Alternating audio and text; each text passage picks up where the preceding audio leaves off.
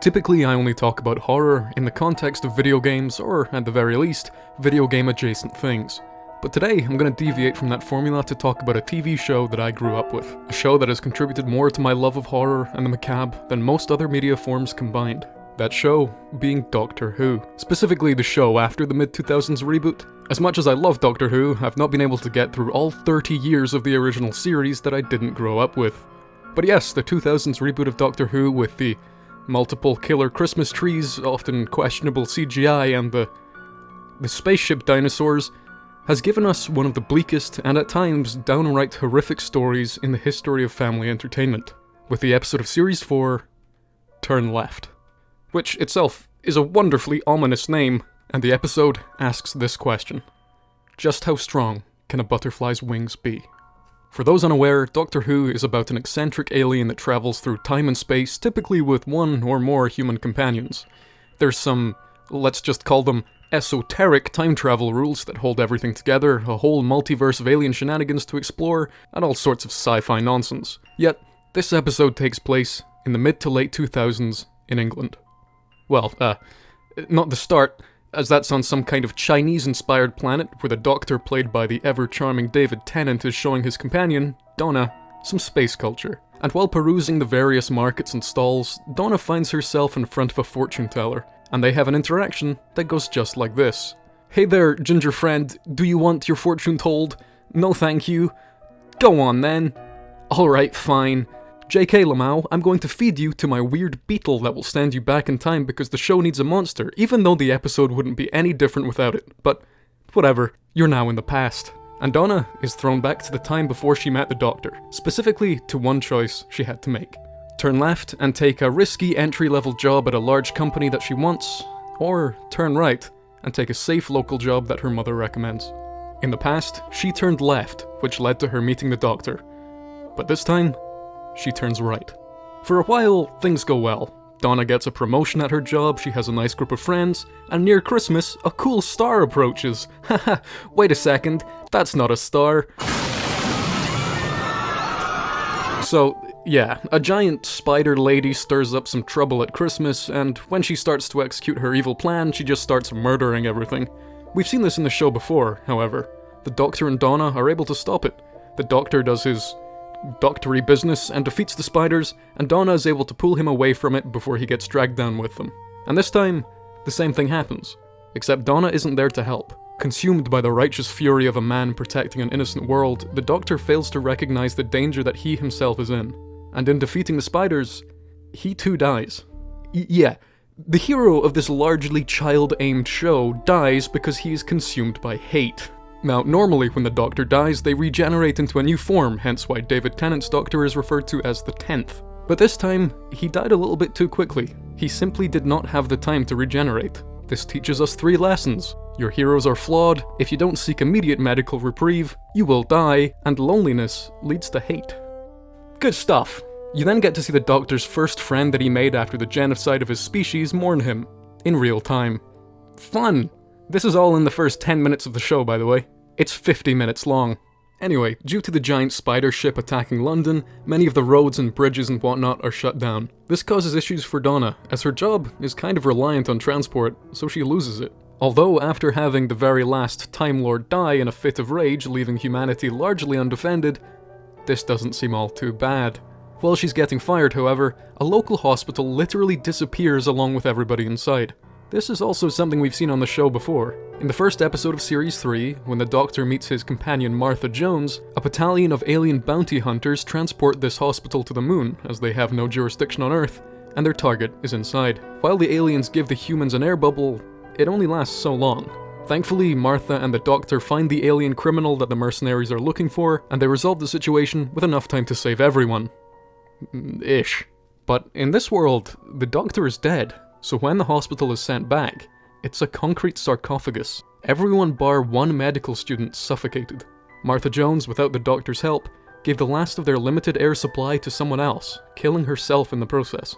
But she was not the only notable person there. Sarah Jane Smith, someone that was friends with the Doctor for years, with her own spin-off TV series, was also there, alongside 2 kids that she travelled with. They suffocated in the vacuum of space while attempting to do what the Doctor did in the correct timeline.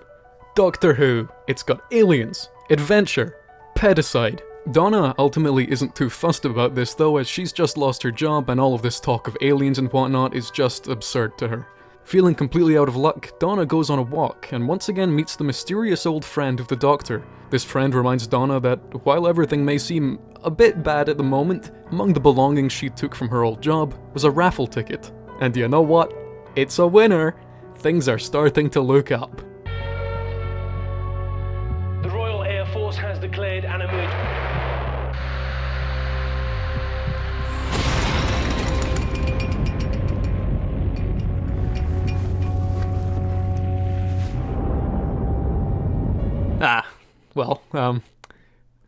Maybe not. So the raffle allowed Donna and her family, that being her mother and grandfather, to go to a luxury getaway place over the Christmas period. Simultaneously, a spaceship fell to Earth and annihilated London and all 7 or 8 million people that lived there at the time. On Christmas Day. And I'm sure you get the formula by now, the Doctor wasn't there to prevent it. Doctor Who, we've got time travel, friendship, nuclear winter. So now, with their home destroyed, all of their friends dead, radiation drowning southern England, and one of the largest humanitarian disasters in history happening around them, Donna and her family are forced to relocate to the north of England, and if you're getting Threads vibes from this, just wait, it gets darker. Upon arriving in Leeds, the family discover that their designated home is actually shared with about a dozen other refugees, and that they have to sleep on the floor. But all things considered, after a bit of friction at the start, everyone starts to get along fairly well. In desperate times, a sense of community comes out. That is until, of course, gunshots in the night. All of the cars in the area have started to emit a toxic smoke, and for some reason, this jabroni decides that shooting the exhaust pipe would be an ample fix. It's not. He then tries to shoot an unarmed civilian because he is, as we've established previously, a jabroni. It's then revealed that cars across the globe have been fit with technology that will convert Earth's atmosphere to prepare for an alien invasion. And guess who wasn't there to stop it? So now millions of people are choking to death. Luckily, Torchwood, an in-universe Earth protection agency with their own spin-off TV series, were there, and they all die stopping it. And their leader, and fan-favourite character Captain Jack, is taken by the invading aliens to be used, presumably, as target practice and torture fodder, as due to some complex story reasons, he's actually immortal. It's kind of like, I have no mouth and I must scream, except he does have a mouth, just nobody's listening. But wait, I hear you all ask, where is America? Why aren't they helping? Well, you see, another alien group ripped the bodies of Americans apart to foster their own growth, so they're a little bit busy. The Doctor's mysterious friend then tells Donna, hey, if you come with me, we can fix everything, but you're gonna die doing it, Lamau. And Donna says, no thank you, I'm going to go back to living in Threads now. Now, everything up until this point has been pretty harrowing for a family show, but because everything has related to aliens and crazy technology and so on, there's been a degree of levity to it all. This next part, however, has no aliens, no time travel, no sci-fi stuff whatsoever. Instead of explaining it, I'll just play the scene. For context, the families that were living with Donna and her family are being evicted, and this is what follows. I'm gonna miss you most of all, old flame hair and fiery. Oh, but why'd you have to go? Is the new law. England for the English, etc. They can't send us home. The oceans are closed. They build labor camps. I know, but Labour doing what? There aren't any jobs. Sowing, digging is good. Now, stop it before I kiss you too much. Wilfred, my capitan.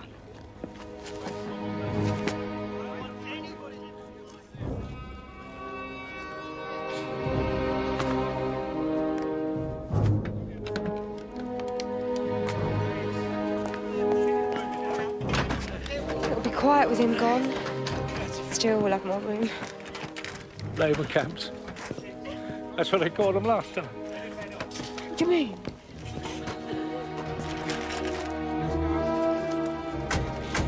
It's happening again.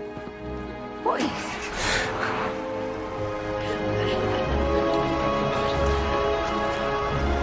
Excuse me? Excuse me, where are you taking them? Where are you going? Look, where are you going? Where are you going? Where are you going?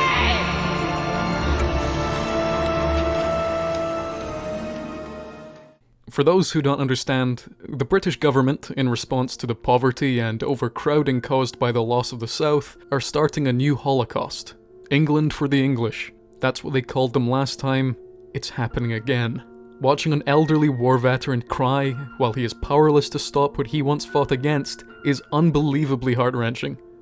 Especially because it's Bernard Cribbins. Good lord, that was a ballsy move. And that social commentary has aged like a fine wine that nobody wants to drink. We're not done yet, though. The final straw for Donna comes when she is stargazing with her granddad. Really the only pleasant thing left in their life, when they notice something awful. The stars themselves are going out. With her last symbol of hope gone, she finally decides to go with the Doctor's mysterious friend. Together, they use the remaining power of the Doctor's time machine to send Donna back in time to undo all of these terrible things. Upon arriving in the past, she only has a few minutes to somehow convince her old self to turn left and meet the Doctor, rather than turn right and miss him. Yet, she is just a little bit too far away. In the end, her only option is to walk into oncoming traffic, creating just enough commotion on the streets to convince her past self to turn left out of nothing but convenience. And the future as we knew it before is restored. It would be easy to see this story as a nihilistic one, showing that only the perfect sequence of events leads to a good or at least preferable outcome. But that's not how I see it. I see it as a story about ambition. Donna is given two choices: turn left or turn right. Right leads to an easier, safer job, and it's what her family tells her to do, yet it doesn't really represent her own hopes. Left, on the other hand, is where she wants to be. And even if it is uncertain, risky, and challenging, it's ultimately the right choice. Because if you're not trying to be the best person you can be, you won't be able to help other people do the same. I'm not saying that each of you could potentially cause a genocide if you slack off a little, but you certainly won't help stop one. I thought now is a fitting time to do this, as, many people will be giving up on their New Year's resolutions by now, and I enjoy getting in your heads like a freaky little bug. But to finish off, I'd like to talk more about Doctor Who. While, yes, it is campy and silly and, at times, downright bad, it also contains some of the best writing and stories in any media, especially when the show was run by Russell T Davies, which encompassed the entirety of the 9th and 10th Doctor's run, where many of the stories were grim, dramatic, emotional, or otherwise engaging.